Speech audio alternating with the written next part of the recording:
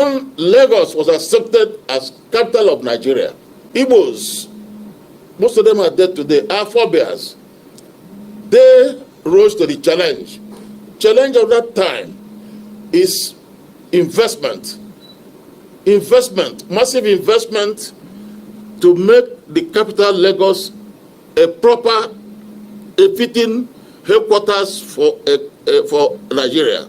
That's how Igbos scattered all over. That's how Igbos moved into Lagos by a sense of patriotism.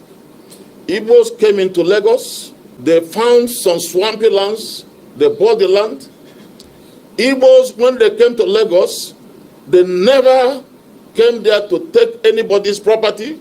They came there, they saw empty, they bought the land, they converted swampy lands to habitable places. They built businesses, they built homes, they built schools, they developed Lagos. In effect, without the enterprise, without the patriotism of Igbos, of Nigerians like the Igbos, many other Nigerians did the same.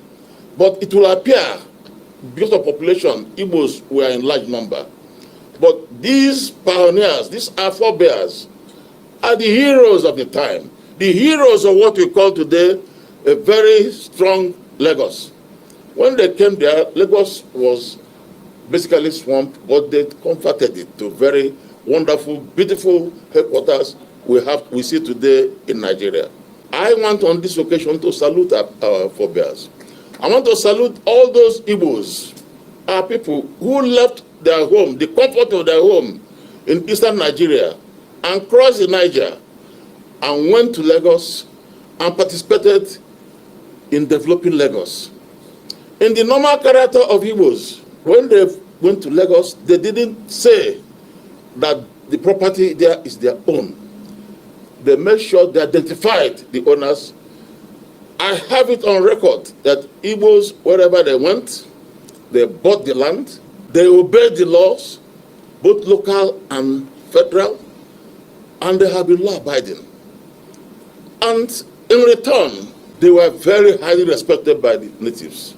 People in Lagos respected, the Yorubas respected Igbos. They built very solid and sound relationship with Igbos.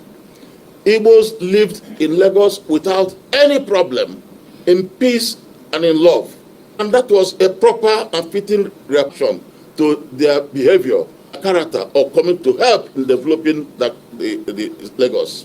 We continued in Nigeria until 1960. We had independence. At independence, Nigeria had a constitution. That constitution was a good constitution. It was a federal constitution.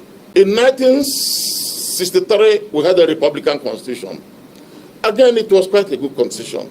Now, I want to let the world know that Igbos have found that first republic, 1960 and 1963, as one of the best periods in our history. We don't have any problem with that government. No Igbo leader was on trial or in any problem. Now, but by 1966, there was a military coup, a military affair, nothing to do with Igbos. But it was very convenient for some people to profile it Igbo, and then Igbos were blamed. All what happened is part of history. We thought it was a joke. It culminated into a civil war. A civil war which made Igbo land a battleground. A civil war in which we lost hundreds and thousands or even millions of our people. Our very illustrious sons and daughters paid the supreme sacrifice during that battle, which was fought on the soil of Igbo land in Nigeria. We lost our properties. In 1970, common sense prevailed. And like all conflicts in the world, it was settled on the round table. No victor, no vanquished. Now, we were promised 3 R's: reconciliation, reconstruction, and rehabilitation. Some of you who are old enough like me, anybody here who is above 80, like I'm more than 80, will have experienced what happened then. We were promised that there is no victor, no vanquished, 3 R's. Now, painfully, it wasn't completely that in practice. Those 3 R's were not accomplished. But Igbos, on the other hand, in a normal character, the moment it was announced the battle was over, the civil war was over, Igbos went round the whole place again. Igbos moved to the north, moved to the west, moved to the east, and invested massively.